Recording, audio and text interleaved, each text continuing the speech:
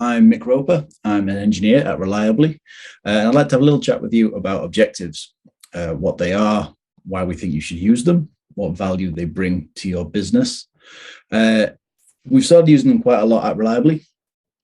We use them to monitor things such as latencies, error rates, PRs that are open, length of age of a bug, a whole bunch of things that drift away from what we think good should be, which is basically what an objective is. It helps us define what good looks like. So we'll jump into this one straight away. So why would you use objectives versus other things such as maybe traditional monitoring, such as cloud metrics or Google monitoring? Why is an objective different? Well, those things tell you what's happened, whereas an objective tells you what you want to happen. So it signals an intent straight away. If we create an objective, which is we don't want an issue to exist longer than 3 days, we don't want an issue to last longer than 3 days. Our intention there is to have bugs resolved within 3 days. So that intention is very, very visible. It's very powerful to have that up front. It also leads to the next step, which is once you've signaled that intent, it drives discussion.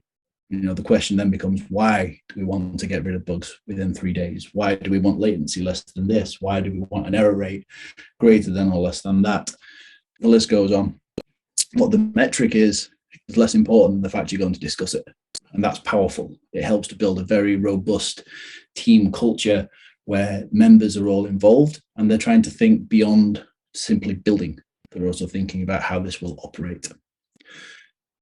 It does provide clarity.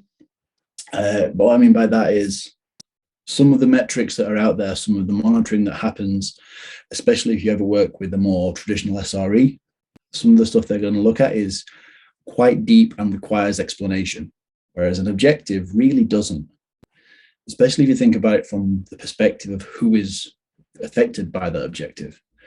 Ideally, they should always be from a customer's viewpoint, and a customer doesn't give a monkey's what version of Linux you're running. Obviously, from a perspective of reliability, you do. But this is where it all folds in. Objectives should be clear. They should always provide clarity when they're in there.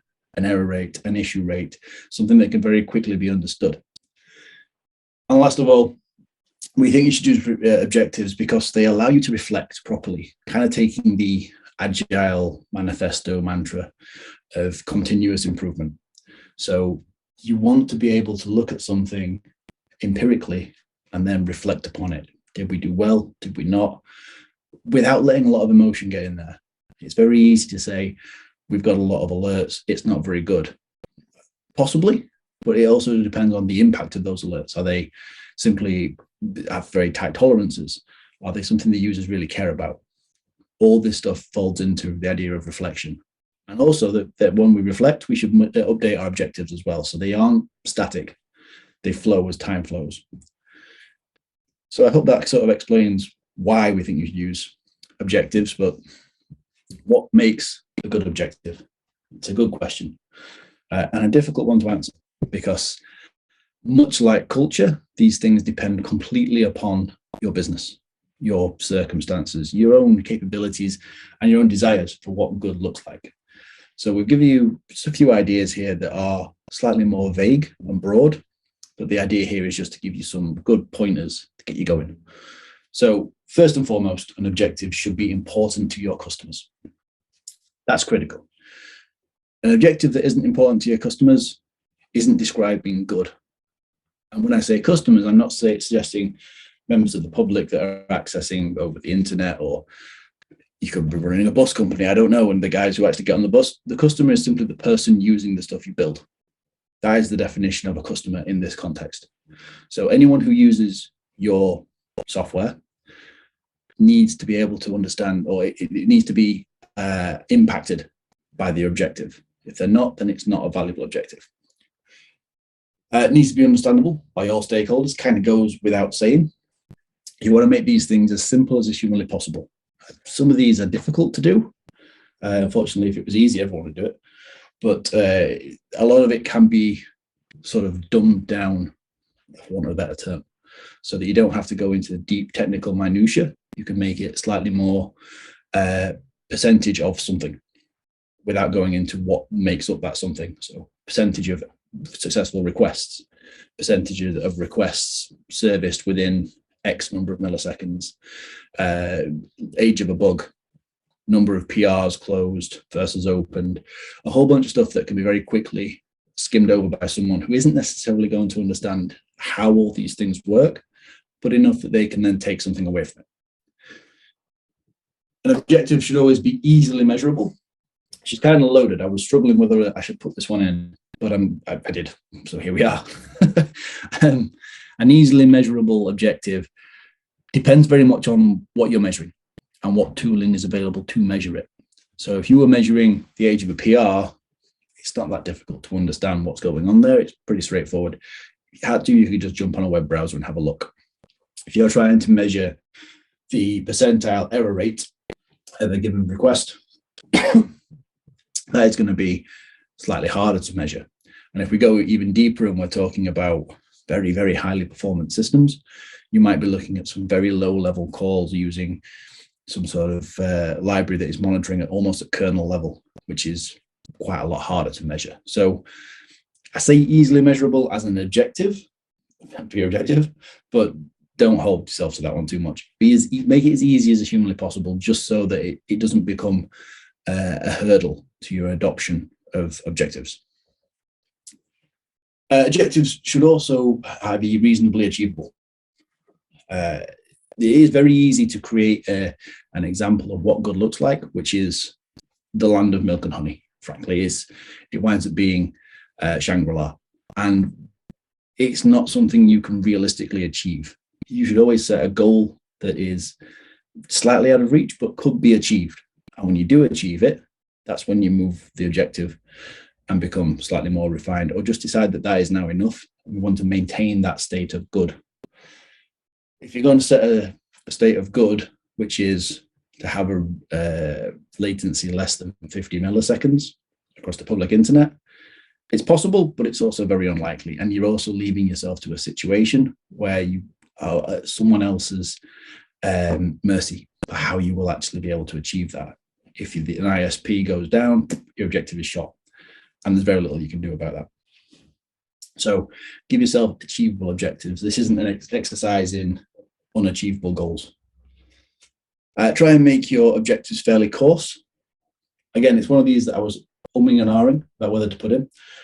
The advantage of a fairly coarse objective is that it doesn't depend upon any single component or individual or system or anything like that. You want to try and make it agnostic as possible. So look at outcomes rather than looking at individual things. So don't say, for instance, we use a particular version of Python as an objective. It doesn't really affect the end user unless your objective is around a library. Let's get into that one later. So try and make it coarse. Makes your life a little easier. And this is what these are for. These are supposed to make your life easy. Objectives are supposed to be a nice way of understanding what good looks like, not a difficult way of understanding what good looks like. And objectives should also be easy to refine. So with the bare minimum number of metrics. So those are the key things that should be in a good objective. So, assuming that you are super psyched after hearing about this wonderful stuff, how do you start using objectives? So, step one, sign up to Reliably. I might be biased, but I think we're brilliant. We've got a nice onboarding journey, which will help you to understand where we can hook in your objectives, where we can build objectives for your current infrastructure. Very powerful. You can then go on further and start adding things like objectives for GitHub, objectives for GitLab. We should go where the PRs and issue age, that kind of stuff comes in. There's also some nice, you've got your usual kind of outputs, such as a web UI and Slack channels, that kind of thing. Once you've got the objectives, you can start to understand the experience users are having. And again, we will talk you through all this. So this will then start measuring, piping information back to Reliably. We'll compile it into something that's valuable, and then you can start seeing it. So once you've got your objectives, what do you need to do next? Because it evolves over time. objectives are much more a tool for culture than they are a tool for tech, and it moves at the speed of culture. It's constantly changing. You should always be reviewing your objectives at regular intervals. End of the sprint is a good idea. You could set a more arbitrary timeline. It depends on what you want, really. Change them every day if you really want to. It doesn't really make that much difference when you change them, so long as they always reflect what good looks like. Don't be afraid to change objectives. Some objectives can last a long time and never have to be changed, and they become kind of like furniture. Once they've been there for a long time, people are wary to make tweaks. If they've drifted and they no longer define good, they need to be tweaked and changed. That might make systems go insane. We've had instances ourselves where we've done various tests on what happens when we change objectives, and the alerts go bananas because you suddenly change an objective and what was good is no longer good. That is valuable because what it's showing is that what worked yesterday, what was good yesterday, is not good today. Something you need to be aware of pretty sharpish.